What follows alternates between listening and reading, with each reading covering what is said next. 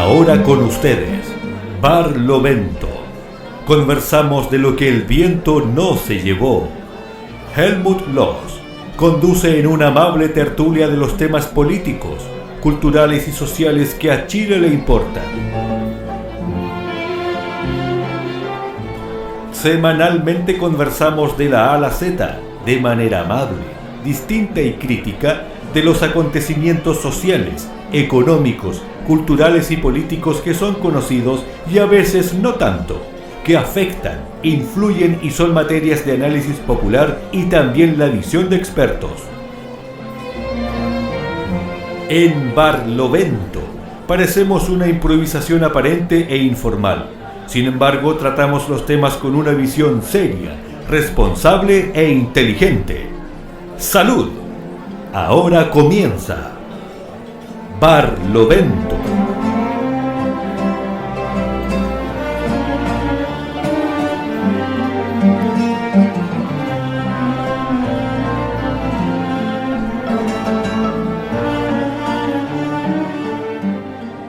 ¿Cómo están? Aquí vamos, aquí estamos y aquí llegamos, que es lo más importante. Nosotros somos gente puntual, entonces en el Barlovento, o sea, en esta imaginación que supone el Barlovento, a partir del viento que baja del cerro al mar en cualquier puerto del mundo, de nuevo estamos acá, estamos con ustedes para hablar de lo que el viento no se llevó, a propósito de viento, por lo demás, a propósito del viento de todos los puertos del mundo, ni más ni menos, ¿eh? Y el viento aquí en Valparaíso, que es el lugar desde el cual hacemos imaginariamente, porque en rigor algunos están en Valparaíso de los contertulios y otros no, ¿eh? Pero da lo mismo, eso estamos en la región de Valparaíso en todo caso, eso sí, está claro.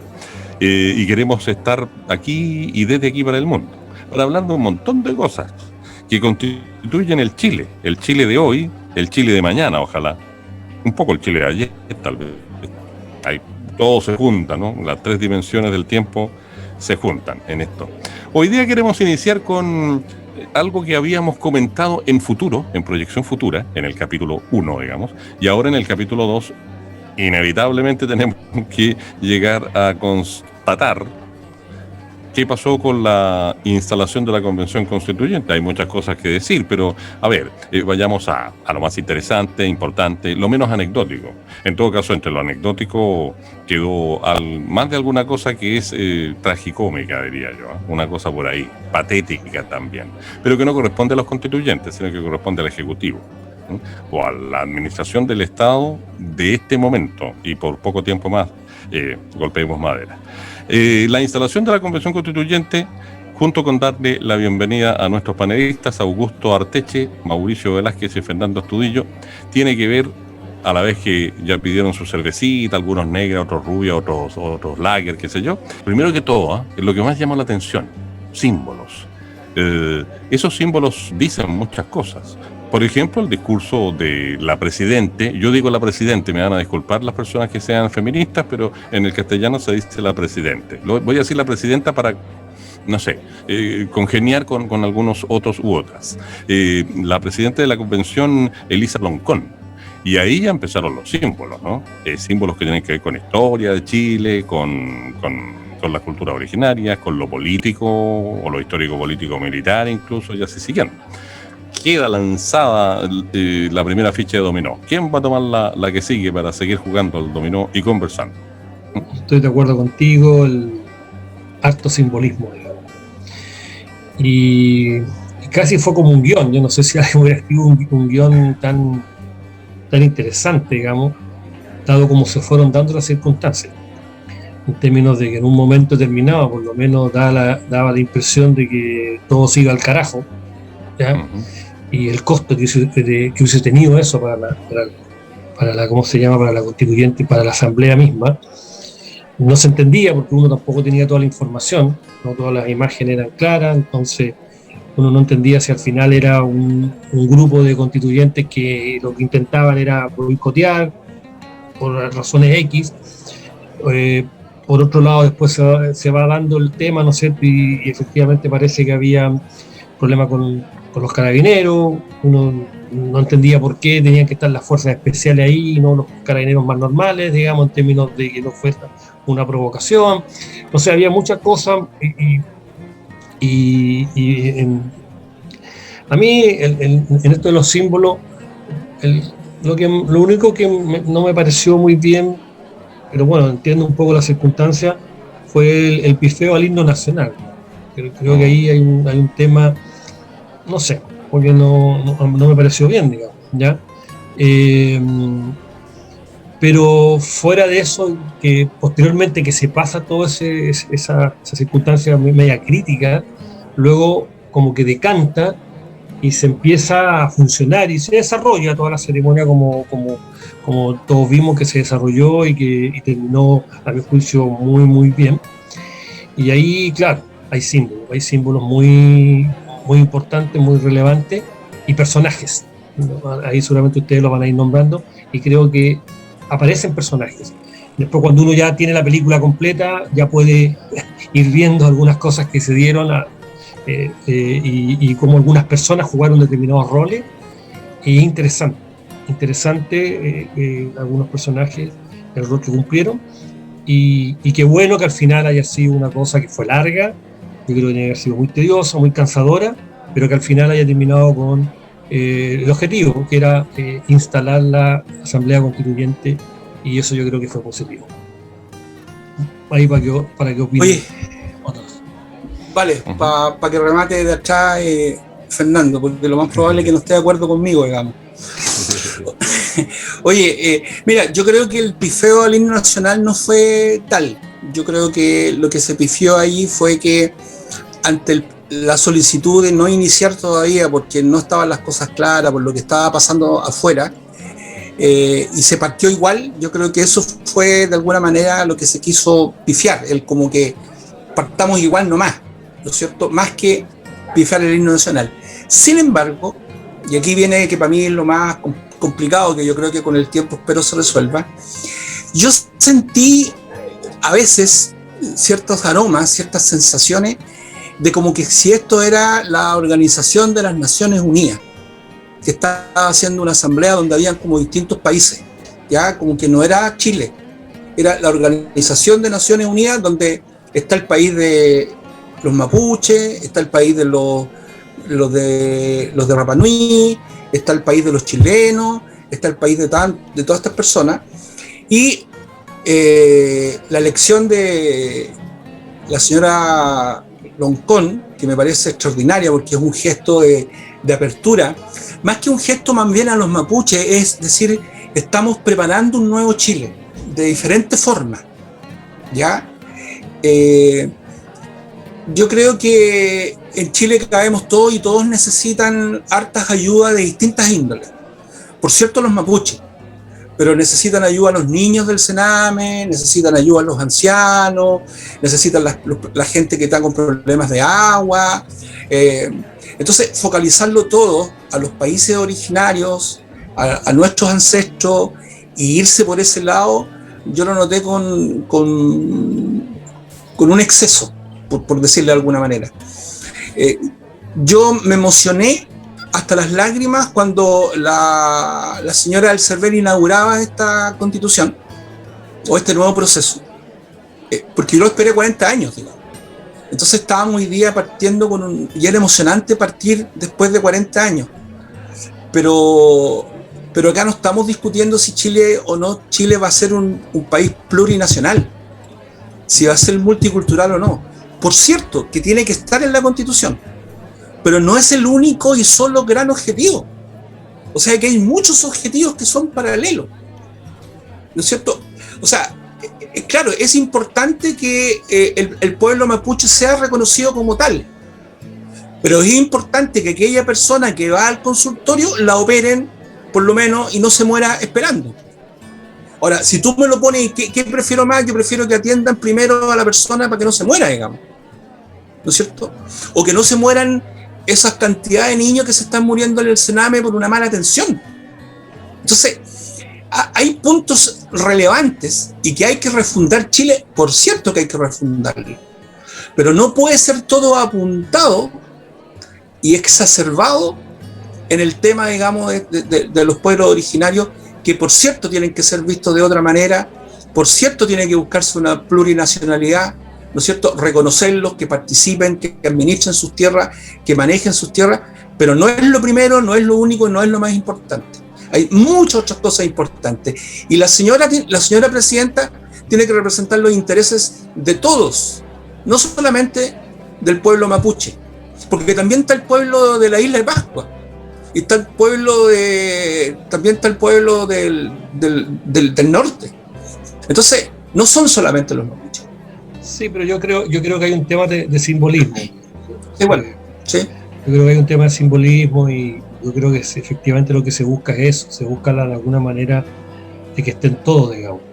Ahora, si imaginas que tú estás cansado de esperar 40 años, ¿cómo estarán de cansados los pueblos indígenas que llegan esperando como 500?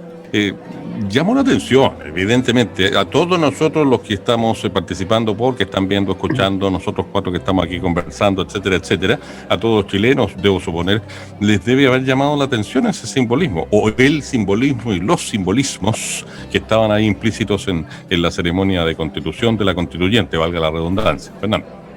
Bueno, yo efectivamente concuerdo también que el día domingo estuvimos llenos de símbolos. Pero esos símbolos empezaron bien temprano. Empezaron temprano con los distintos actos ceremoniales que realizan los pueblos originarios en distintos lugares del centro de Santiago. Y comienza con las distintas marchas que se realizan acompañando a los constituyentes hasta el lugar donde iba a ser esta primera sesión. Y comienzan con la acción policial. Carabineros de Chile haciendo honor a lo que ha sido su larga tradición de represión, nuevamente pone la nota alta y la pone, no me cabe ninguna duda, porque recibe instrucciones del Ejecutivo de actuar de la manera como actúa. Entonces, aquí se enfrentan dos Chiles. Un Chile que pone cercos para que la gente no avance, ¿ya? Que pone seguridad extrema porque el enemigo potencial es el pueblo que se manifiesta, y por otra parte ciertos sectores que son más radicalizados y que no tienen la capacidad de hacer conciencia política frente a estas trampas que no buscaban otra cosa que enturbiar un acto republicano y democrático que era fundamental para la nueva etapa que se inicia. Entonces, el gobierno desde un primer instante empieza a intentar establecer y manipular este acto tan simbólico. Nada costaba, absolutamente nada costaba, dejar expedito el paso hasta la puerta del antiguo Congreso, y en la puerta del antiguo Congreso decirle: señores, hasta aquí ustedes pueden llegar, ya acompañaron a sus constituyentes y por tanto ahora viene otro proceso republicano en que ellos tienen que constituirse solos. Y se acaba, y no hay piedras, no hay escándalos, no hay golpizas, no hay persecuciones, no hay guanacos, etcétera, etcétera. Entonces, yo creo que hay un simbolismo entre antes de que se produzca todo esto, antes de que empiece propiamente la ceremonia. Después, en la suspensión de la ceremonia, me parece que tiene que ver con un dato que para mí es fundamental. Los constituyentes no pueden estar ajenos al quehacer político y no pueden estar ajenos a lo que está pasando, en definitiva. Cuando se pretendió decir, bueno, que afuera esté pasando cualquier cosa, da igual, nosotros tenemos que hacer nuestro acto y ya, a mí me pareció muy positivo que parte de los constituyentes dijeran no. Probablemente no estoy muy de acuerdo con algunas formas histéricas que vi, ya, no es mi estilo en particular, pero el fondo de lo que había ahí es otro simbolismo. Es decir, esto no es un gueto. Los constituyentes siguen siendo parte del proceso democrático y del proceso de movilización del pueblo, y por tanto no podemos estar ajenos a ese fenómeno y paremos, digamos, o no partamos hasta que esta cosa se ordene. No basta el orden interior, sino que basta un orden que sea más global. Es decir, no queremos una paz de los cementerios. Allí hay un segundo simbolismo que me parece muy importante y que yo valoré mucho. Y a mí me pareció muy importante que los constituyentes dijeran, oye, paren, no partimos hasta que esto efectivamente no haya un orden real, no un orden aparente. Bueno, hay otros simbolismos, pero no quisiera monopolizar la palabra, pero sí me gustaría referirme a ellos, que tienen que ver con la elección de Elisa Loncón y con la elección de Jaime Baza. Y me gustaría discrepar con Mauricio respecto al tema de los pueblos originarios, para no perder la costumbre de hacerlo, pero cedo la palabra y en mi segunda intervención me voy a referir a eso. En la segunda vuelta de la cueca, como quien dice, yo quisiera agregar algo en el estilo de ironicón que me caracteriza en los últimos 20 años de mi vida y que espero que me lleve a la tumba en 25 años más mínimo, y que tiene que ver con que Fernando se equivoca en algo. Se equivoca en que, a ver, si no hubiese habido toda esa práctica policíaca o policial, no habría habido show de las noticias, pauta de prensa. ¿En serio? Lo digo medio en serio, medio en broma, o medio en broma, medio en serio, ya, como quieran. El orden, los factores no alteran, el orden de los factores no altera el producto. Pero es verdad, hay una lógica. A ver, se los dice y se los puede refrendar mi colega de área, ¿no? Mauricio. Claro, o sea, a ver, eso no digo que haya sido premeditado así, pero convengamos que esa es la lógica que impera, ¿ya? O sea, si no había represión, por usar una palabra fácilmente entendible, no iba a haber notas de prensa, de las que les interesa en la lógica de la prensa de las televisoras de todo el mundo, por lo demás, ¿no? O del mundo occidental en general, mínimo, ¿ya? Entonces, le pego una pasadita de mantequilla al pan nada más, ¿eh? Eso sería todo. Y devuelvo la pelota a quien corresponda. Nos quedan algunos minutos para dar la segunda vuelta a la cueca, como quien dice, para este tema. Bueno, yo creo que todos coincidimos que hay harto simbólico, harto simbolismo en lo que ocurrió. A lo mejor ni siquiera está tan planificado así, pero se fueron dando. Coincido con los que plantea Fernando, digamos. Y bueno, hay un simbolismo que yo creo que también queda bastante instalado, que es el rol de la mujer. La presidenta es mujer, también el rol que jugó que nacía del rol de funcionario público, ¿no es cierto? Es una mujer, ¿ya? La persona que más allá que uno podría, al principio yo me desencajó bastante, que fue la que encaró, ¿no es cierto? Y dijo, esto hay que pararlo. Era una mujer, digamos. No sé cómo ha sido, si un hombre encarando a la otra persona, no sé, pero también fue una mujer, digamos. Entonces hay varios, digamos, el protagonismo también se empieza a instalar fuertemente, digamos, de las mujeres. Y eso también son cosas de alguna manera nuevas, digamos, ¿ya?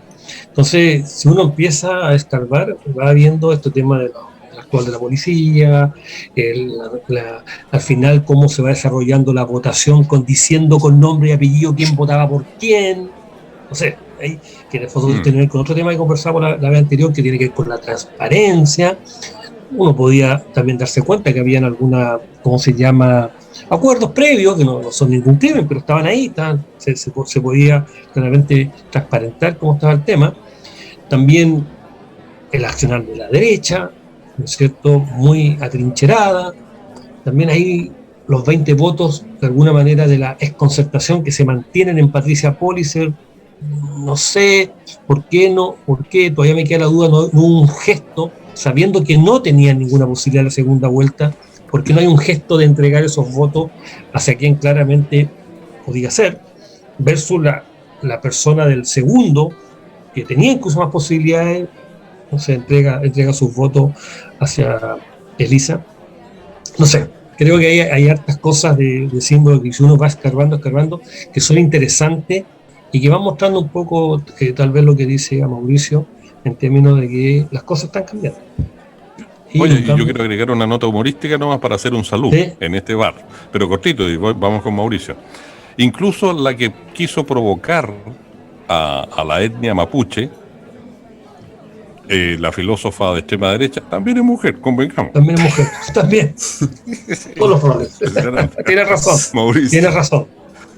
Oye, aquí todos pensamos similares, pero no pensamos lo mismo. Y yo, no siendo derecha, parece de repente como que parezco como de derecha, digamos. Pero trato de ser objetivo, en realidad, que es un tema que me ha caracterizado como que toda la vida, digamos. Y es cierto que hay mucho simbolismo, es cierto que había toda una complicación afuera. Es cierto que cuando Chile sale campeón, queman Santiago. Es cierto cuando Chile pierde de ser campeón, queman Santiago. Es cierto que cuando sale Miss Universo, queman Santiago. Es cierto que cuando pase lo que pase, siempre pasan esas cosas, porque hay gente que le gusta la anarquía, le gusta pelear con los carabineros, le gusta pelear con los pacos, y se entretienen con eso, digamos, y no nos mueve un motivo, diría yo, político, una convicción. Y eso está claro. A mí me parece súper bien de que si yo soy constituyente, en realidad si hubiera sido yo hubiera ido solo. Hay gente que le gusta ir acompañado a quienes representan, y me parece bien. El problema que a mí me llama la atención porque iban con tantas piedras que aparecieron todas después. O sea, si iban a dejar a la gente, ¿por qué iban con piedras, digamos? Yo no entiendo por qué tanta piedra que apareció si todos iban en paz a dejar a las personas. O sea, para mí iba gente que iba con ganas de hacer escándalo.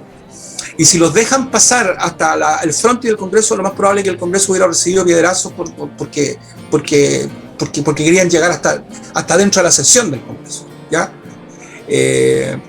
Así que eso como primera aclaración. Yo estoy contento por lo que ocurrió en términos generales. Estoy contento que haya sido una mujer mapuche, porque es un símbolo que representa este nuevo Chile como una apertura hacia una nueva forma de ver las cosas, ¿ya? Si lo único que yo recalco es que no se le olvide, ¿no es cierto?, a la señora que está presidiendo, no podemos ser visita en nuestro propio país. Y esa es la sensación que uno empieza a recibir en el mensaje que se da. A lo mejor yo lo percibo de esa forma, y a lo mejor está lejos de ser así. Pero esa es la sensación que queda. Creo que te estás derechizando. Sí. No, bueno, puede ser. No, ¿sabes qué? Casi estoy convencido que estáis votando por... estáis dudando entre Sichel y Lavín. Yo creo que mi querido amigo Mauricio tiene varias confusiones que me gustaría intentar aclarar. Por favor. Me gustaría intentar aclarar. Porque en definitiva, a ver, las facultades de la presidenta de la constituyente son facultades muy, muy restringidas hoy día, y que van a estar determinadas por el reglamento. En general, la normativa establece solo que hay que elegir un presidente. Sí, Dime. Pero Fernando, sí, yo lo único que hablo, si la verdad que no tengo el temor, yo creo que es más bien el símbolo, lo que significa el discurso, más que en la práctica se vaya a concretar eso. No, si no es mi preocupación. No es mi preocupación, ¿me entiende? Es el simbolismo del discurso. Entonces voy a la segunda parte de mi observación, digamos. Es que el simbolismo del discurso que tú estás planteando tiene que ver con cómo se concibe el Estado en su globalidad. El problema de los pueblos originarios no es un problema de los pueblos originarios, es un problema del Estado de Chile. ¿Ya? Si nosotros queremos focalizar el problema de los pueblos originarios como si estuviera solo concentrado en un determinado territorio o en un determinado número de personas, creo que cometeríamos un error sustantivo, porque los pueblos originarios y el reconocimiento de ellos es parte de un modelo de construcción social, es parte de un modelo de construcción de vida comunitaria. Entonces, y ese modelo de construcción de vida comunitaria supone, desde la perspectiva que al menos teóricamente se ha planteado por las mayorías que están elegidas en la constituyente, de poner la centralidad en generar un Estado social de derecho o un Estado de justicia social. Si yo hago eso, automáticamente pongo la centralidad ¿dónde? En aquellos grupos, comunidades, hombres, mujeres, niños, ancianos que han vivido sujetos a opresión. Pero eso involucra al Estado completo, y eso va a poner naturalmente a los pueblos originarios como uno, no de los grupos que necesitan ayuda, porque aquí no queremos ayudar a nadie. Lo que queremos hacer es dar justicia, no ayuda. Entonces, hay modelos de construcción social y construcción política que quieren ayudar. Si la derecha, yo creo que efectivamente quiere ayudar, pero ellos quieren hacer caridad. Nosotros no queremos hacer caridad, queremos hacer justicia. Y como decía el padre Hurtado, no hay que dar por caridad lo que se debe por justicia. Entonces, hay una deuda con los pueblos originarios del Estado de Chile, del cual todos somos responsables. Y eso nos involucra a todos y nos toca a todos. Nos toca a todos, porque todos de alguna manera vamos a tener que contribuir, no solo ellos, en este proceso de solución. Y vamos a tener que asimilar o vamos a tener que recibir elementos de la cultura de los pueblos originarios que pueden significarnos construir una sociedad mejor.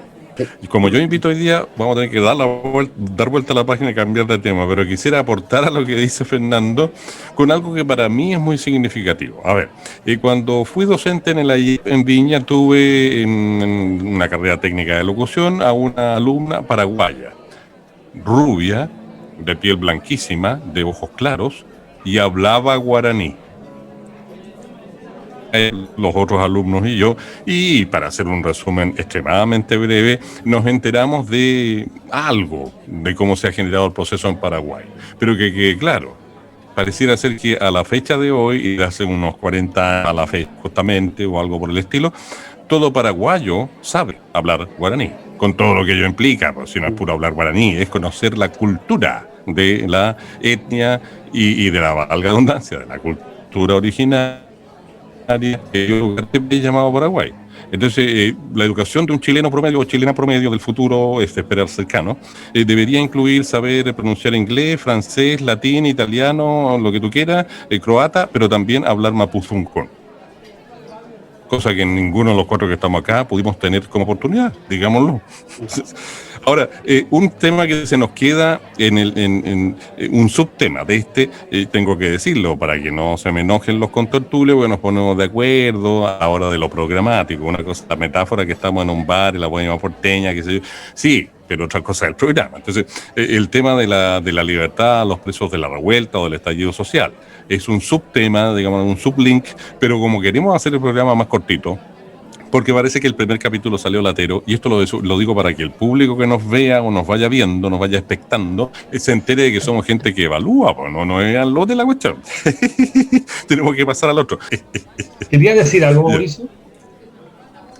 No, sí, yo la verdad que lo único que quería decir es que a mí me parece súper bien todo lo que ocurrió, creo que me parece bien la reconquista de todos los derechos de los mapuches, sino que hay un cierto sabor, como que uno echa de menos también un Chile más amplio, más grande, y no tan centrado en el tema de los pueblos originarios nuestros. Creo que son importantes y tienen derecho a todo lo que ellos piden. A mí no está en discusión.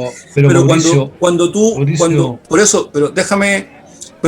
esperas un proceso constitucional durante tantos años, erradicar todo lo que fue, digamos, el legado de una dictadura tan horrorosa que hubo, con tantas necesidades que hay, con tanta justicia, con tanta dignidad que se requiere para tanta gente. Entonces, claro, de repente la reivindicación de la deuda histórica de los profesores es importante, el saludo a la docencia es importante, el saludo a los niños es importante. Entonces, centrarlo todo en el tema mapuche, eso es todo. ¿Escuchaste el discurso de Sí, ahí claro, ella va tocando distintos lo- mundos, habla a lo- los niños, habla lo de... escuché y lo leí 3 veces hoy día. ¿Y? O sea, lo leí. Sí, claro, y Pero es quedo que con eso esa está, sensación. pero es que ahí está lo que estás diciendo tú. En Sí, ese bueno, discurso Claro, ahí está, po. está clarito. Ni siquiera está implícito, está explícitamente dicho. Exactamente. Está explícitamente dicho. Ahora, a mí me sorprende un poco lo que tú viste, porque si yo vi algo, fue justamente la expresión de la pluralidad de lo que es nuestro Chile, donde habían manifestaciones del más amplio espectro, donde la derecha estaba arrinconada, así arrinconada, y estaba pues en un ala, digamos, aglutinada y como defendiéndose de esta enorme gama de diversidad que se expresaba Sí, a sí. través de no solo a través de los pueblos originarios, sino que a través de las expresiones del feminismo que también estaban ahí, a través de las expresiones del mundo homosexual que también estaba allí, a través de las expresiones del mundo político que también estaban y se expresaban ahí. Entonces, a mí me gustó mucho esa pluralidad. Yo sentí de que se había cumplido el objetivo de ¿cuál? De en esa constituyente expresar la variedad del Chile que tenemos. Es decir, tú podías identificar claramente en algunos de los personajes que allí habían el pensamiento filosófico de la derecha, el pensamiento político de la derecha, el pensamiento empresarial de la derecha a través de hombres y mujeres concretos. Y así también para el otro lado, digamos. Entonces, yo visualicé que allí se reflejó como el Chile real. Sí. Bueno, llegó el momento de que vayamos a un corte y después volvemos a seguir conversando, a seguir bebiendo civilizadamente, a seguir intercambiando opiniones y puntos de vista, tal vez desde un mismo sector si ustedes quieren, pero con matices. Porque la vida no solo tiene sectores, sino que también tiene matices. Y los matices son los que se nos han ido quitando, nos los han ido quitando de encima. Es un país sin matices, es una sociedad sin matices. Sí, pues. Ya, vamos al corte, volvemos. En Barlovento. O mejor dicho, Barlovento.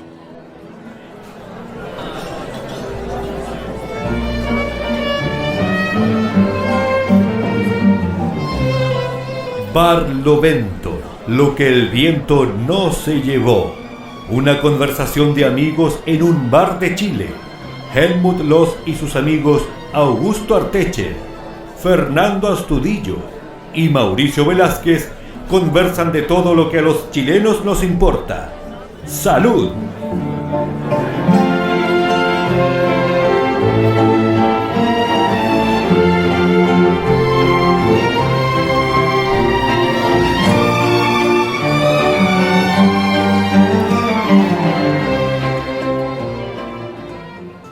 Y ya estamos de vuelta aquí en Barlovento, junto a Mauricio Velázquez, a Fernando Astudillo y a Augusto Arteche.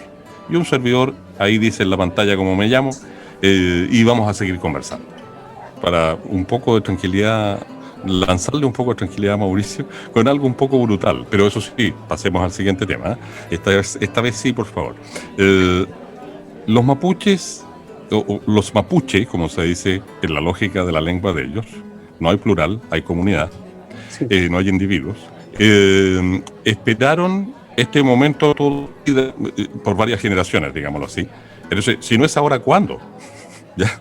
Eso desde el punto de vista de el tema claro. mapuche entre los muchos temas, ¿ya? ¿Te fijas? O sea, expresado así, un poco brutalmente, un poco radicalmente, o como le quieran llamar, como que tal vez se entienda más, de repente. Oye, pero bueno, tenemos que futurear también, pues. Futurear a corto plazo, en el fondo, porque en un sentido histórico es corto el plazo.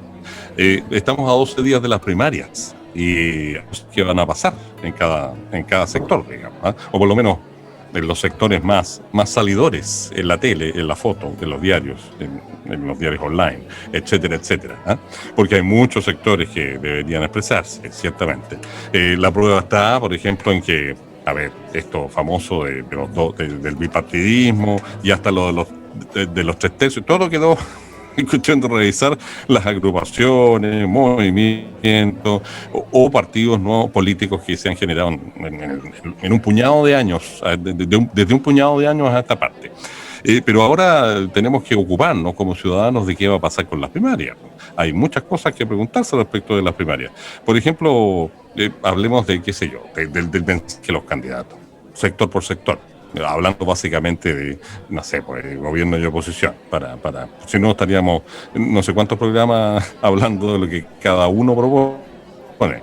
Y sí, Chile ha vuelto a ser diverso en ese sentido también.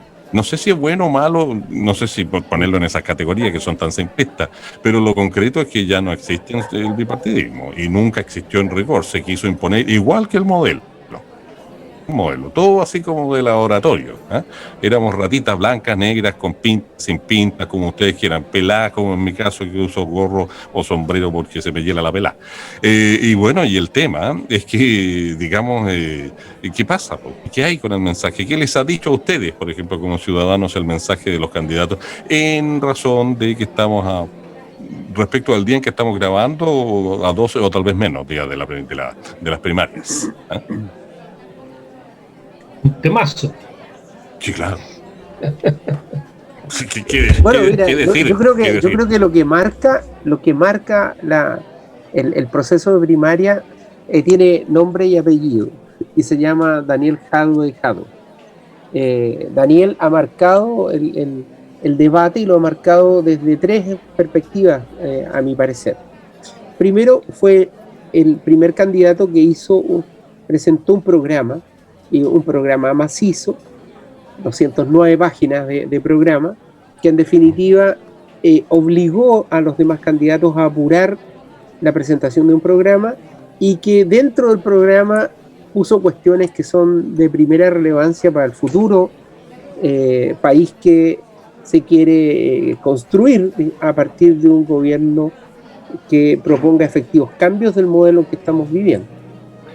Eso ha traído como consecuencia un poco esto de todos contra Jadwe. Entonces, Jadwe se le critica porque tiene un Mini Cooper, porque tiene 5 propiedades, porque quiere cerrarlo teóricamente las señales de televisión y radio, porque no va a apoyar con fuerza cualquier eventual toma, porque va en definitiva a plantear un programa que es ilusorio porque no es financiable. Es decir, todo lo que diga o haga Jadwe en realidad es sujeto a infinidad de críticas, muchas de las cuales no están, desde mi perspectiva, debidamente documentadas y no están tampoco técnicamente, no tienen un basamento técnico que establezca que la propuesta que hace Jadwe en su programa sea inviable como se ha planteado. Entonces, yo creo que hay un fenómeno, y el fenómeno tiene que ver con la candidatura de Daniel y tiene que ver con el hecho de que él es comunista y que Chile todavía, de alguna manera, está abierta o escucha todavía, no sé en qué dimensión, no lo vamos a saber en unos días más cuando se vote, este anticomunismo. Tanto es así que el propio Boric, con quien teóricamente mañana va a hacer alianza, es decir, en 15 días más van a estar juntos de nuevo en un proyecto común, gane quien gane, se preocupa en su propaganda de poner una papeleta del voto donde dice Gabriel Boric y dice abajo Frente Amplio, debiera decir Convergencia Social, porque en el siguiente candidato dice Daniel Jadwe y dice Partido Comunista, debiera decir Chile Digno. Entonces juega también con esa idea del anticomunismo, con la idea del anticomunismo, y yo tengo la impresión de que eso es parte importante de nuestra historia, ese anticomunismo. En la derecha está muy presente todavía, pero creo que las nuevas generaciones no, porque han llegado al convencimiento que en Chile al menos los comunistas no se comen a las guaguas. Oye, mira, si tú me preguntáis por el lado de las primarias que va a ser entre Daniel Jadwe y Boric, ¿no es cierto? Yo en lo personal me inclino por Jadwe, por un tema de que creo que para mí un presidente debe tener, junto con montones de otros atributos, para mí el tema de la sabiduría es súper importante. Esa experiencia de vida que trasunta más allá del tema técnico, el tema económico, y siento en ese sentido que Jadwe tiene mucho más sabiduría de vida que Boric, que creo que por ahí va por lo menos mi preferencia. Y respecto al anticomunismo que manifiesta Fernando, yo creo saber, porque no tengo la convicción para decirlo, pero que el anticomunismo está muy relacionado con el tema del ateísmo. Yo creo que hay mucha gente que es no comunista más que anticomunista. No comunista porque, claro, el comunismo en sí se declara ateo, ¿no es cierto? De hecho, son marxistas, ¿no es cierto?, bajo la filosofía de Marx, y dentro de eso está el tema del ateísmo, ¿no es cierto?, que dicen que hay una mala interpretación, en realidad, de esto del opio del pueblo, ¿no es cierto?, de que era la religión, etcétera. Estuve leyendo el otro día un ensayo, por ahí no me acuerdo de quién era, de un señor extranjero, español creo que era, y que hablaba un poco de este tema, que había como una mala interpretación de que lo que Marx había querido decir con respecto a este tema del opio del pueblo y la religión. Pero yo creo que fíjate que nace mucho ahí. Lamentablemente, a medida que pasa el tiempo, creo que la curva del ateísmo ha ido creciendo. Creo que hoy día hay más ateos de lo que habían antes. Y lo digo lamentablemente, porque siendo yo creyente, me da lata, digamos, que de repente la gente no crea. La verdad que no me causa ni horror ni rabia, solamente una pequeña tristeza, como a lo mejor los que son creyentes pueden sentirla, digamos. Yo creo que por ahí va. Entonces, desde ese punto de vista, hoy día el comunismo puede tener más adelante, porque hay más gente que es atea. Pero yo creo que los inicios, esta cosa histórica del anticomunismo, yo creo que va mucho más, está más pegado al tema del ateísmo, más que a esta lucha por la justicia, lucha por los más débiles, ¿no es cierto?, por los más oprimidos. Porque no tiene sentido, ¿no es cierto?, que alguien se vuelva anti algo y ese algo sea que quiera reivindicar derechos o hacer justicia, digamos, no, de repente no tiene como mucho sentido. Así que yo lo engancho por ahí. Para mí no es tema, para nada, y creo que Jadwe hoy día ante Boric, que es la primera etapa,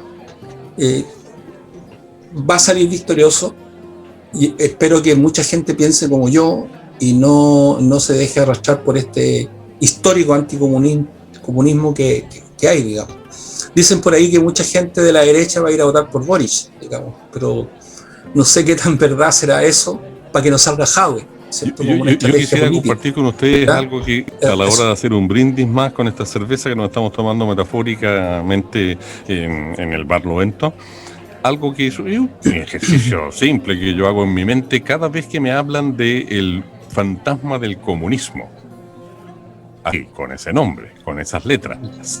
Yo a una persona que me saliera con esos temores, aparte de recomendarle a mi psiquiatra, pero ese es otro tema, le haría la siguiente, que te dijera, observación argumental. Casi como un profe que toma examen. A ver, nómbreme por favor referentes del socialismo o comunismo real, bueno, socialismo real como se le conoce, en el mundo hoy, pero referentes. Cuba a la batalla, en términos de... No, a muchos no desagrada eso, pero es una realidad. Corea del Norte ya con lo interno tiene suficiente. ¿A quién le va a prestar ayuda de cualquier tipo? ¿Y quién más? ¿Putin? ¿Rusia? O sea, es un absurdo. Es absolutamente absurdo. No hay que ser doctorado en filosofía para sumar con todo. Entonces la gente que plantea esa fantasmagoría comunística, a ver, no sé, me provoca, casi me saca de mis casillas, francamente. ¿Ah? Entonces yo me imagino interrogándole a esta persona, casi como un abogado que litiga, ¿cierto? Y argumentos van, argumentos vienen. ¿Ah? Imagínense una corte gringa con jurado y todas esas cosas tan escénicamente vendidas durante tanto tiempo. Porque claro, o sea, no se sostiene. En otras palabras, que sea del Partido Comunista no implica que vaya a llegar, yo no sé, que Chilezuela, por favor, Venezuela está muy fregada también como nación, en términos estrictos, operativos, concretos. Entonces, por favor, a mí francamente me saca de mis casillas, es un absurdo absoluto. Ahora, lo que plantea Mauricio es otra cosa, es una visión de una persona creyente. Yo ya no soy una persona creyente, vengo hace demasiados años de vuelta a eso, así que vengo absolutamente de vuelta, no podría venir más de vuelta, de todo aquello. Y conozco personas que estuvieron muy involucradas con la Iglesia Católica, algún ex compañero querido mío, que obviamente no lo voy a hablar porque no corresponde, pero que está extremadamente de vuelta, habida cuenta de que estuvo tan implicado en la Iglesia Católica misma. Entonces, ¿qué quieren que les diga? Todo es relativo, es lo mínimo que les puedo decir. Pero por favor, Augusto, que complete la ronda para que podamos después pasar, ojalá, a la hora de incidentes en un ratito más. Sí, pero, perdón, Augusto, solamente un pequeño alcance. Que el tema del ateísmo o no ateísmo, la creencia o no creencia, no tiene nada que ver con religiones. O sea, no tiene que ver ni con el catolicismo. O sea, uno puede ser, o sea, de hecho yo soy creyente, pero no pertenezco a ninguna religión, digamos. Después de haberme incluso criado en un colegio, casi toda mi vida, en un colegio del Episcopado de Valparaíso.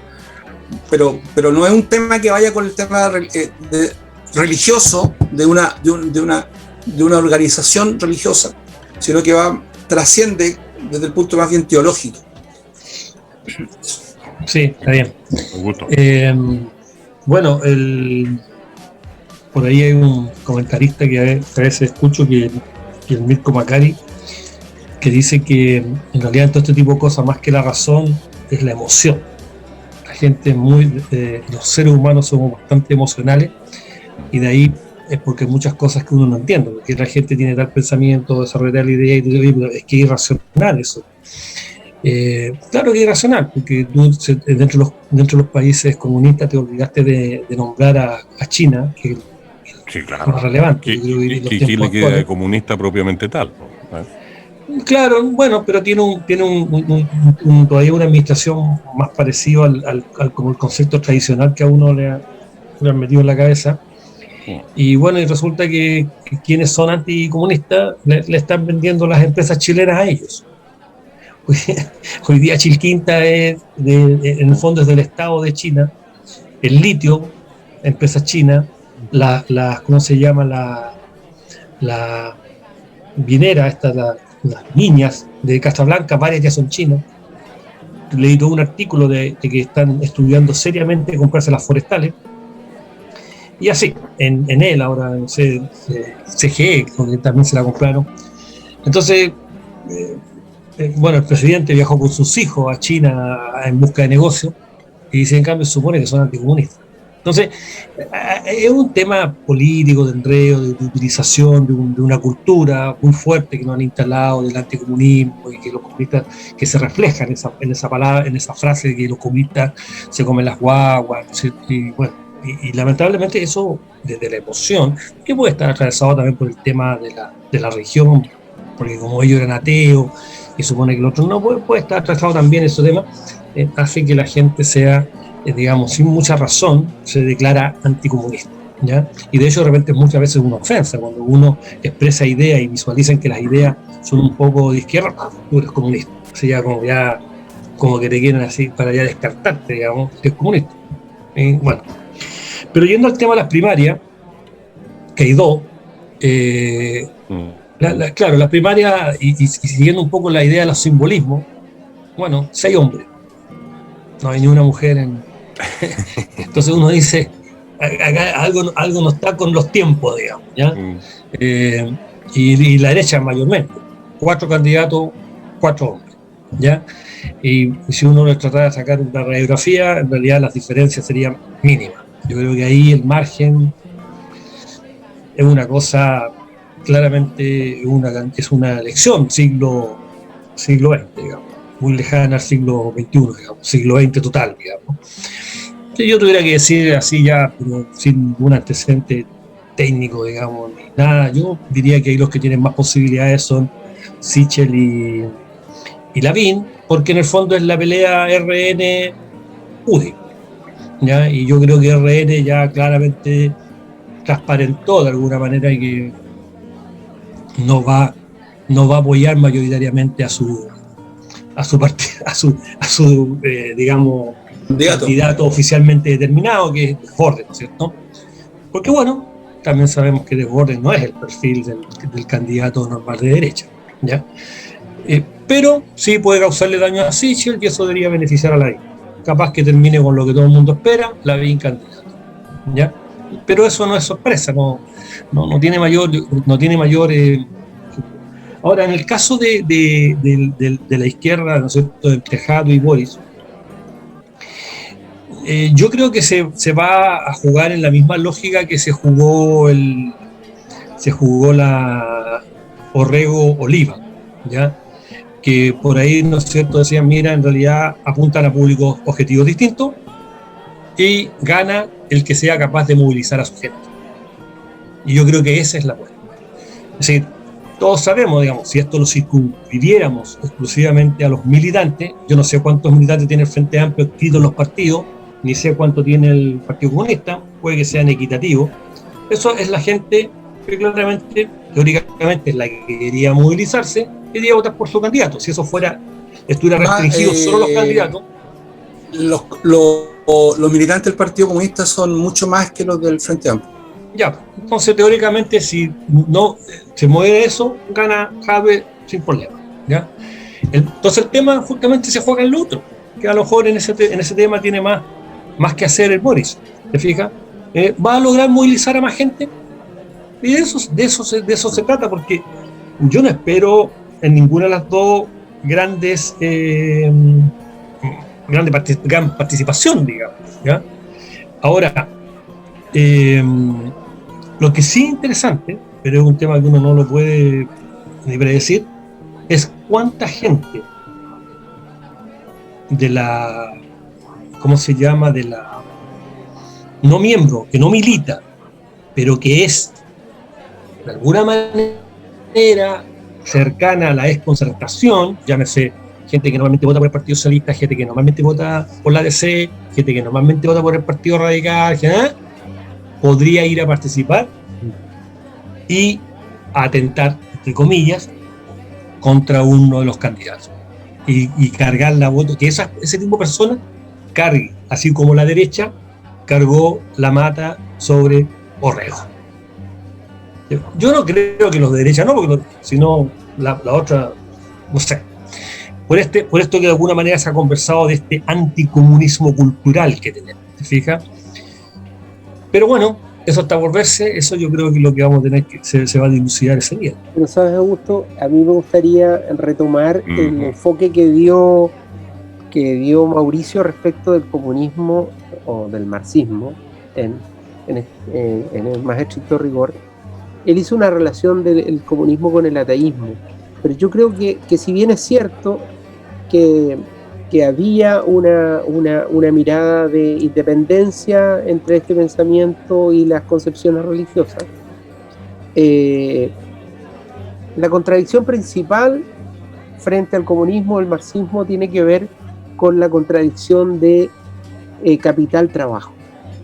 Es decir, ¿por qué la gente, comillas, de derecha es anticomunista? No tanto por el ateísmo, que es un factor evidentemente, sino que por la contradicción capital-trabajo.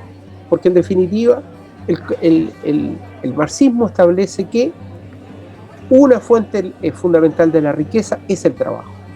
Y por tanto el trabajo debe tener condiciones que hagan de este no una alienación, y ahí viene el concepto de la alienación del trabajo, y que no se produzca la plusvalía del capitalista respecto de lo que produce el trabajador.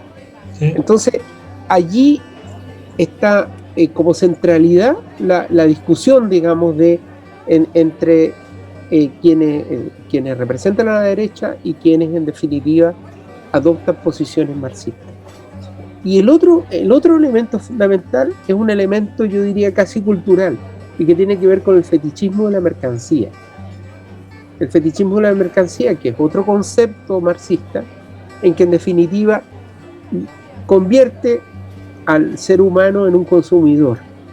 Y por tanto la mercancía tiene que convertirse, comillas, en un dios, en algo que es deseable, que es perseguible, que sea un objeto de vida. Esos son los elementos fundamentales que producen desde mi perspectiva este choque entre las visiones capitalistas y las visiones marxistas. Y por eso el marxismo, lo quieran reconocer o no, ha sido fundamental en todos los procesos emancipatorios que ha vivido la humanidad. Con mayores aciertos, con mayores desaciertos, pero ha sido fundamental en esos procesos emancipatorios. Chile no ha sido la excepción. Las grandes organizaciones de los trabajadores tienen directa relación con la fundación y el trabajo que hacen los comunistas, y particularmente un gran playanchino, Luis Emilio Recabarren. Entonces hay allí todo un proceso de construcción, y es eso, en definitiva, lo que genera este anticomunismo. Si le agregamos adicionalmente el ateísmo en una sociedad que está marcada por la religión católica, se forma todo el panorama y se forma un poco lo que hasta hoy día estamos viviendo. A mí me parecía importante hacer ese apunte, ¿no? para a mí me parece súper interesante y digamos, y estoy de acuerdo con lo que tú planteas. Ilustrativo. O sea, ilustrativo, sí, enseñativo, sí. Como es Paul Wass. Exactamente. Pero un poco... Y lo digo pensando en el público, en nuestro público. Exactamente. Y un poco la mirada que yo traté de dar tenía que ver, digamos, obviamente encontrando súper bien lo que nos señala, como dice Helmut, ilustrativo, era con la lógica que un poco la gente está enfrentando la primaria. ¿Te fijas? Oye, y en algo... ¿Sí? Sí, no, solamente para aclarar, porque hubo un error, digamos, en el tema de los números. La verdad que el Partido Comunista tiene alrededor, lo estaba viendo, tiene alrededor de 43.000, casi 44.000 militantes a nivel nacional. Y el Frente Amplio, que no es un partido político, sino que es la unión de varios partidos políticos, el partido más grande que tiene ahí, que es la Convergencia Social, que es el partido al cual pertenece Boric, ¿no es cierto?, tiene casi alrededor de 36.000 militantes ya. O sea, si tú sumas todos los movimientos del Frente Amplio, sobrepasa, digamos, los militantes del Partido Comunista. El Partido Comunista como partido en sí tiene casi 43.000 militantes, y uno de los más grandes. Pero claro, el Frente Amplio... menos a la gente, sí, claro, de la federación, digamos. De la federación, claro. Regionalista Verde, que tiene 17.000 militantes. Claro. Pero el Frente Amplio igual suma hartos movimientos, entonces... no es tan decidor el número de militantes, digamos, como el Partido Comunista. Lo que pasa que además, insisto, aquí lo que más allá, incluso los militantes que tienes inscritos, es tu capacidad de convocar y de motivar a que la gente vaya a votar. ¿Te fijas? Eso es determinante, digamos, porque yo puedo tener miles, pero que no van a votar, chao, hasta ahí llegó. Si yo creo que eso puede ser competitivo en términos de cantidades si yo me limito a los que están inscritos en los partidos, ¿ya? Por eso empieza a jugar un rol importante los que no están inscritos, pero que de alguna manera les interesa la política, quieren participar, ¿no es cierto? Y ahí juega un rol todo un sector que no, teóricamente, desde el punto de vista de la formalidad, no participa en ninguna de las dos primarias. Y ese sector no tiene un interés en ir a votar por ninguno de los de la derecha, ¿sí? Da lo mismo cuál, ¿ya? Eso no se va a mover mucho las ideas ni muchas cosas, no hay novedad ahí. La novedad está al otro lado. Y esas personas, ciudadanos, que de alguna manera no militan, pero sí tienen opinión y sí les interesa el resultado, se van a mover y van a ir y van a pronunciarse por uno u otro, tratando de sacar un cálculo de cuál de los dos le conviene, porque seguramente la Proboste va a ir, ¿te fijas? Entonces ahí hay un tema que para mí es como lo que le da sabor o le da un cierto grado de incógnita al tema, digamos, ¿te ¿fija? Obviamente uno no sabe, porque ¿cómo saber que va a ocurrir eso? Digamos, nadie podía predecir antes de la de gobernadores cómo se iba a mover exactamente la derecha en función de votar por Orrego contra Oliva. Y lo hizo. Y es notorio, y es evidente. Claro. Sí, claro.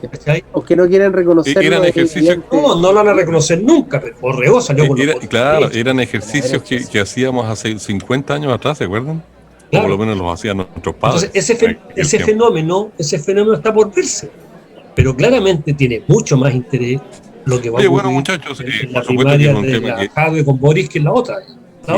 Correcto, no, sí. A ver, lo otro que se nota es que, a ver, si es por solidez, y lo digo siendo no militante de ningún partido, que quede claro para los que están escuchando, no milito en ningún partido, a mí me aparece como más sólida la figura de un Jadwe frente a un Boric.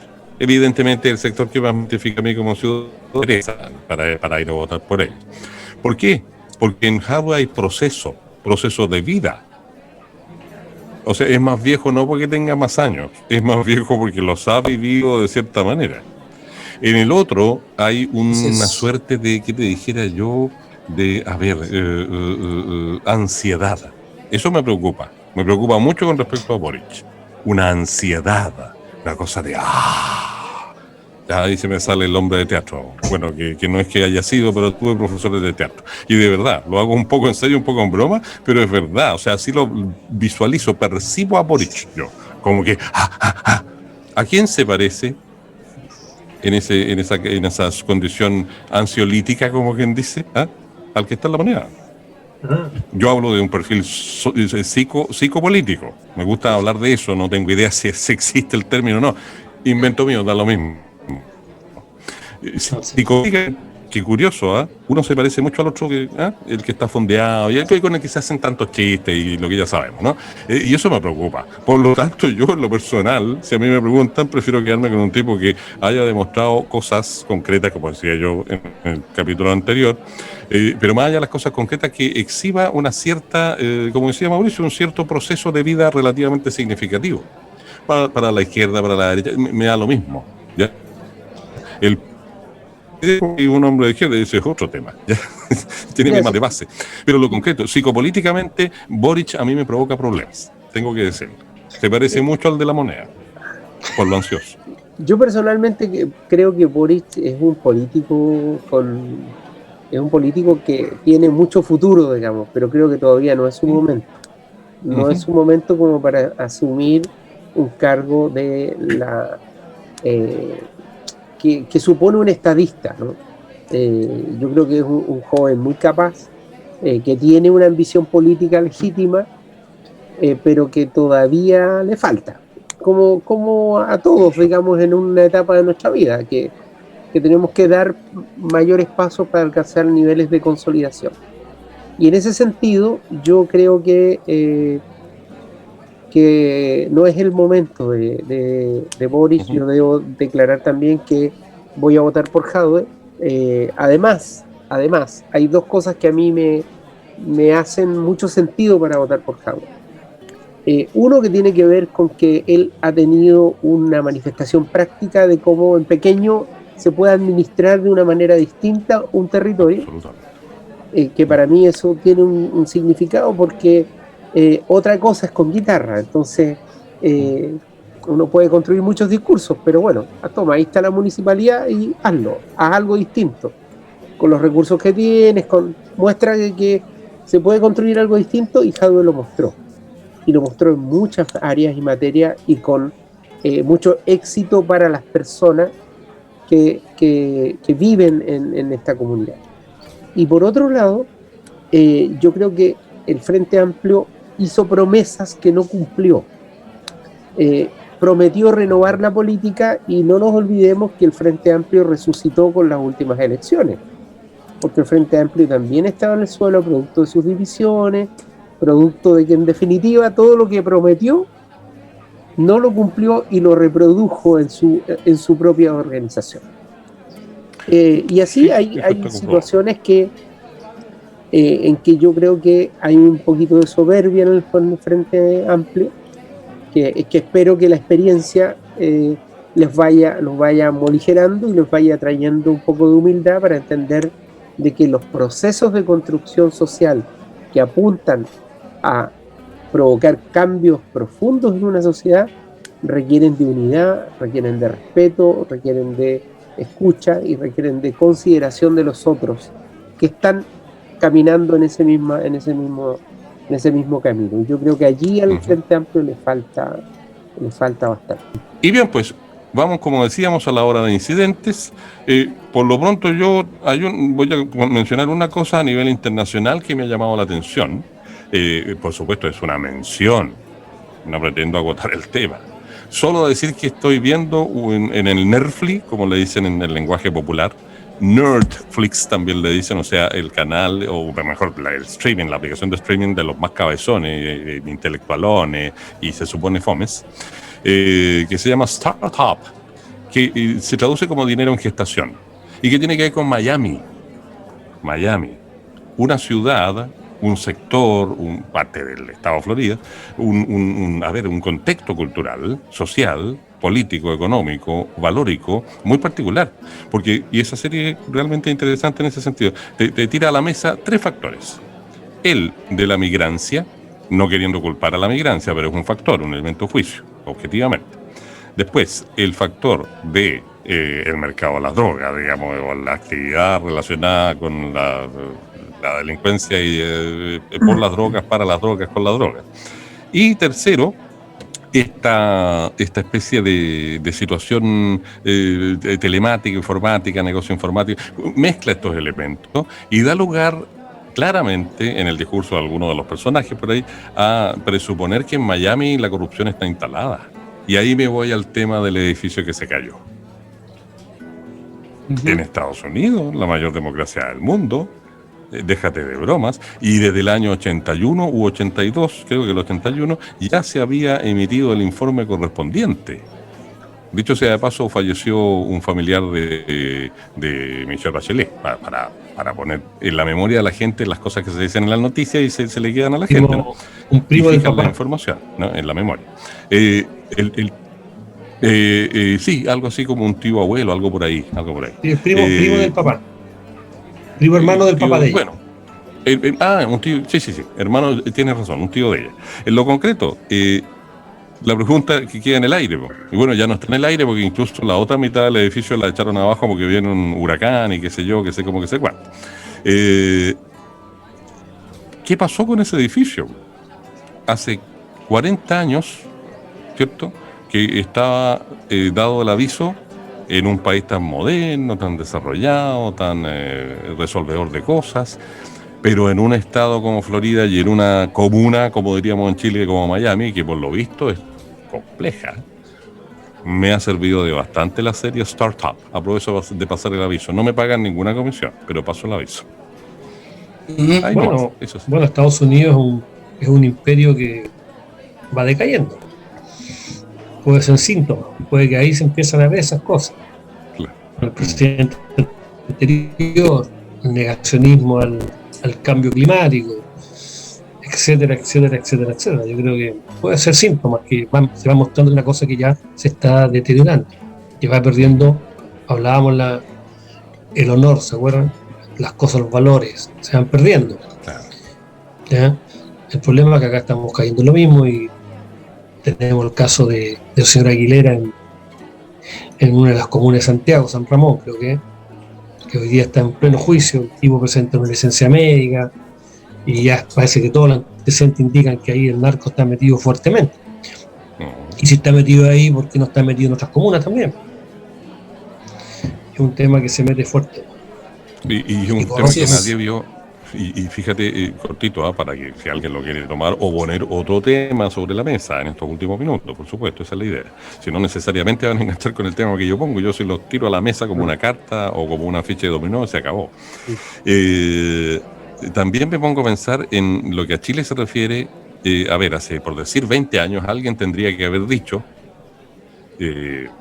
oye, esto viene. Nadie lo dijo. Y ya está instalado en Chile. Y está instalado. Te guste O como decía el Tata, guste la que le guste y disguste la que le disguste. Claro, era un libreto humorístico, pero algo así es. O sea, no, en serio, es un tema potente. ¿Cómo puede horadar los valores sociales básicos que tienen que ver con la honestidad, por ejemplo?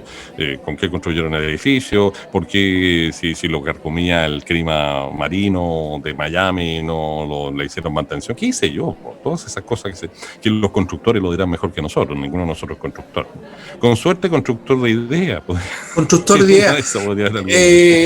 Mira, yo quiero plantear otro tema totalmente distinto que es más nacional. Yo ayer tuve que ir a comprar un medicamento a una farmacia, como yo, digamos, y costaba como harto caro, pero me dijeron, pero si usted lo compra el sábado o el domingo o el lunes con la tarjeta de una multitienda, y no le vamos a pasar aviso, le hacemos un 25% de descuento. Entonces le dije yo a la niña, ¿sabe qué? Pero yo quiero comprarme un remedio y no quiero comprarme un plasma, y tampoco, o me quiero comprar un teléfono móvil, quiero comprarme un remedio, porque entra en esta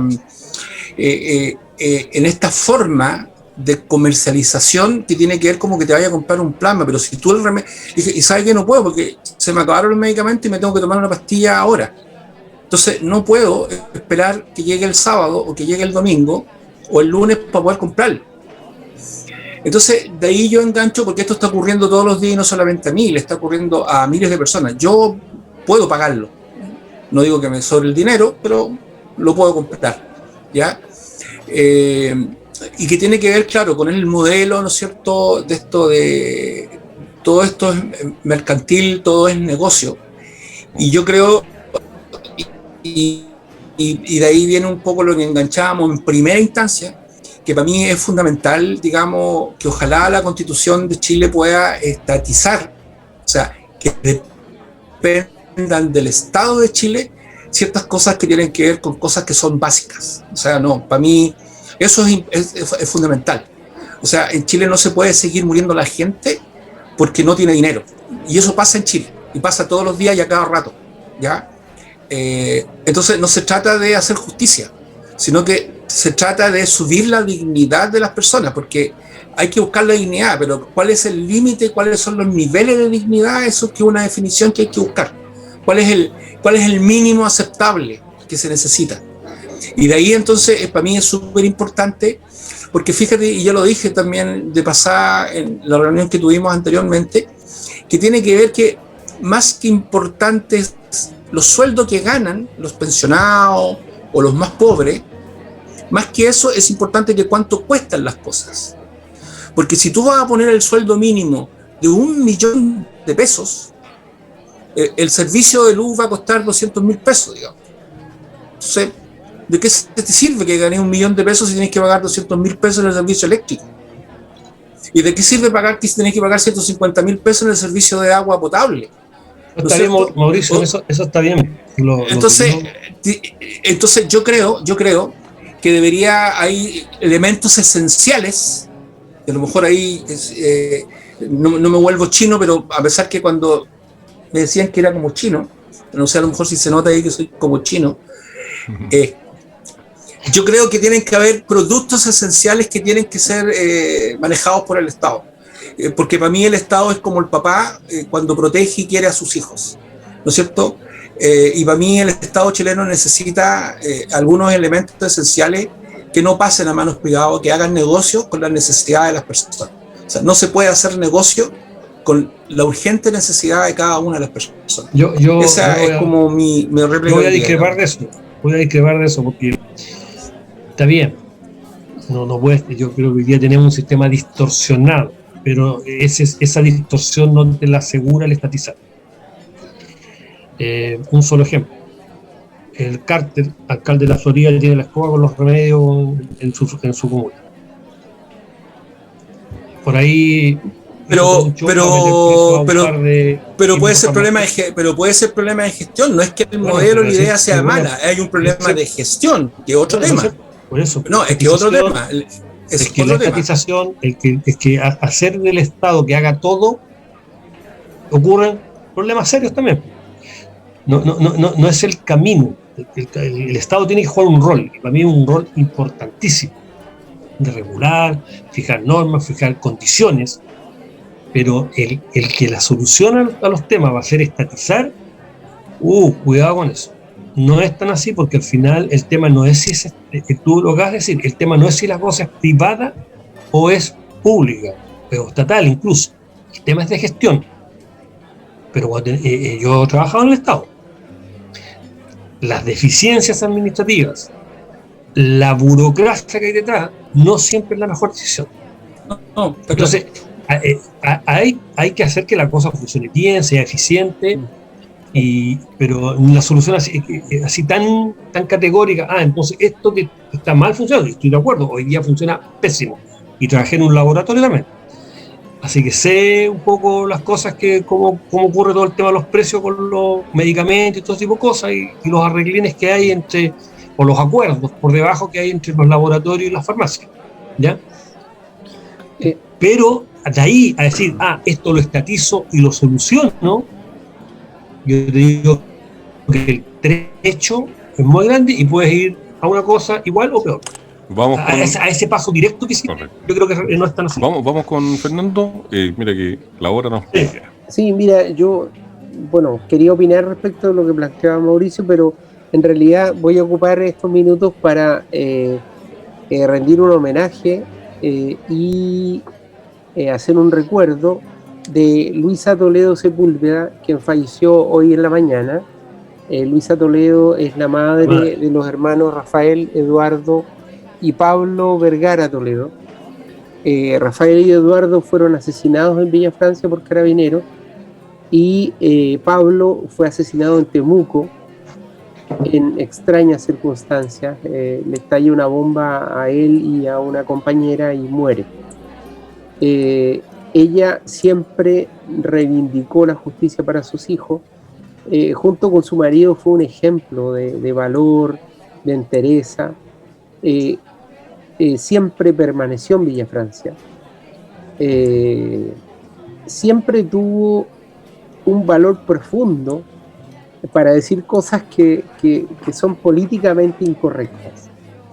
A raíz del estallido social, por ejemplo, ella legitimó la violencia que se ejercía en las calles y tuvo un discurso muy claro, muy coherente, para señalar que la verdadera violencia la ponía el sistema, y que los jóvenes lo que estaban reaccionando era con la rabia y la frustración que provocaba eso, y que por tanto su actuar y sus expresiones de violencia eran moralmente justificables.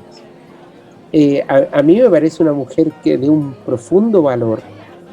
Ella era una mujer de una profunda fe religiosa cristiana católica, y participó activamente de todas las movilizaciones en tiempo de la dictadura militar y de la postdictadura.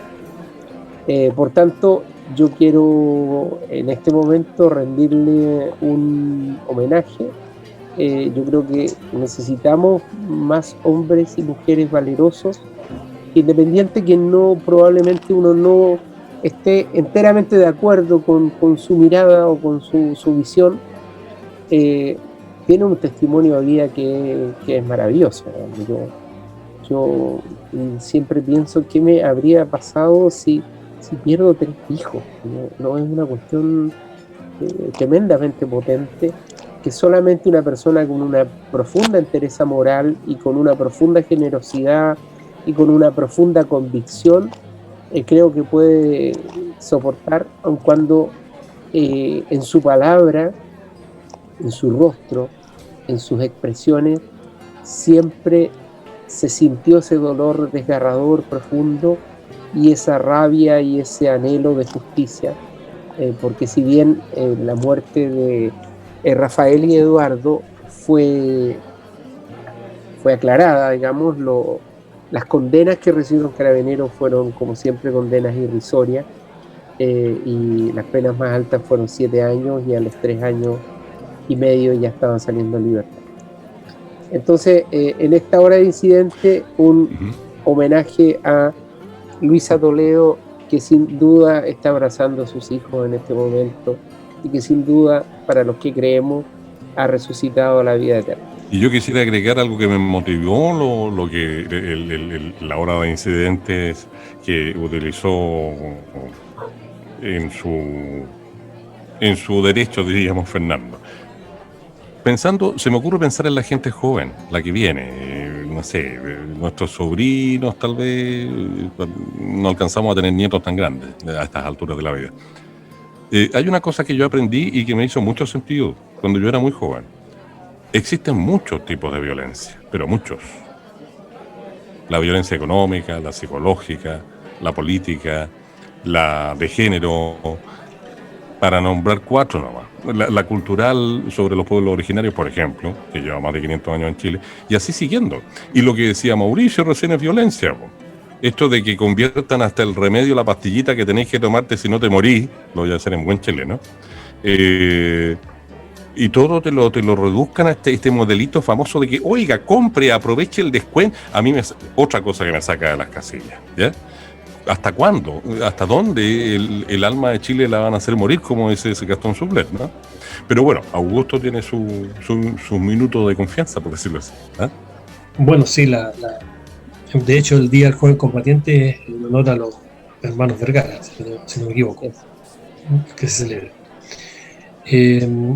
No, yo solamente hubo un juicio, siguiendo la línea de Fernando, hubo un fallo de una corte que condenó a 18 militares ex uniformados, como les dicen, por el caso del Paine, en donde mataron a una cantidad de campesinos por ahí por el año 73, creo que fue, incluso el mismo 73 o 74, y donde están metidos claramente la familia de los casos.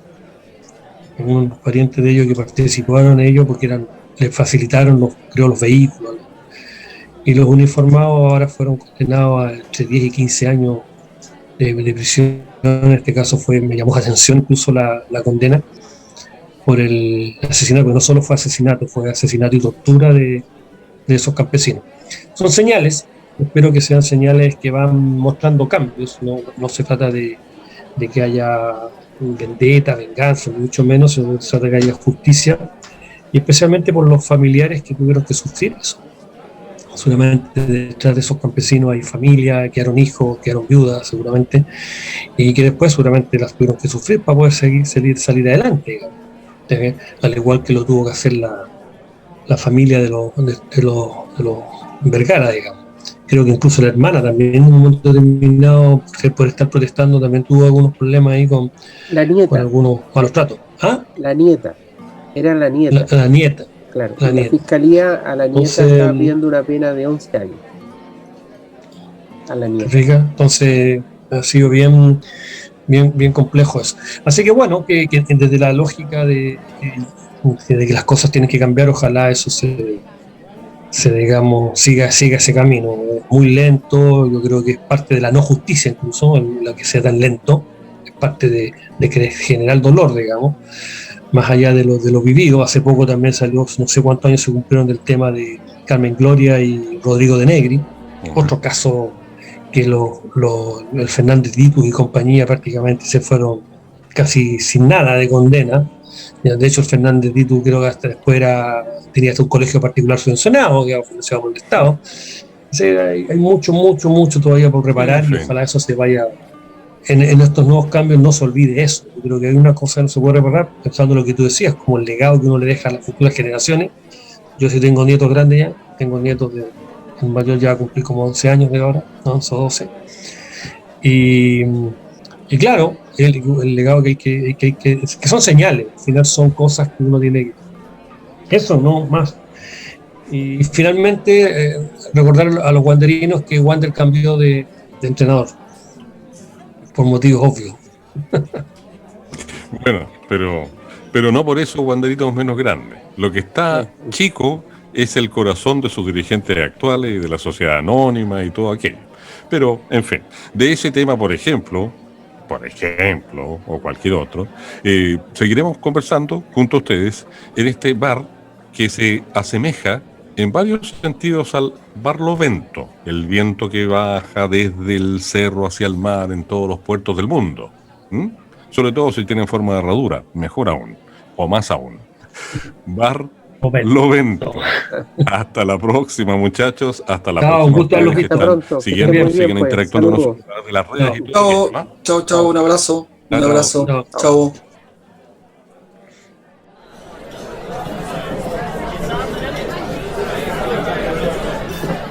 Esto fue Barlovento. La próxima semana nuevamente podrán disfrutar de un encuentro en un bar de Chile, en donde la política, la cultura y la sociedad estarán en el análisis y los comentarios de Helmut Loss y sus amigos, Augusto Arteche, Fernando Astudillo y Mauricio Velázquez conversan de todo lo que a los chilenos nos importa. ¡Salud! Lo que el viento no se llevó. Barlovento.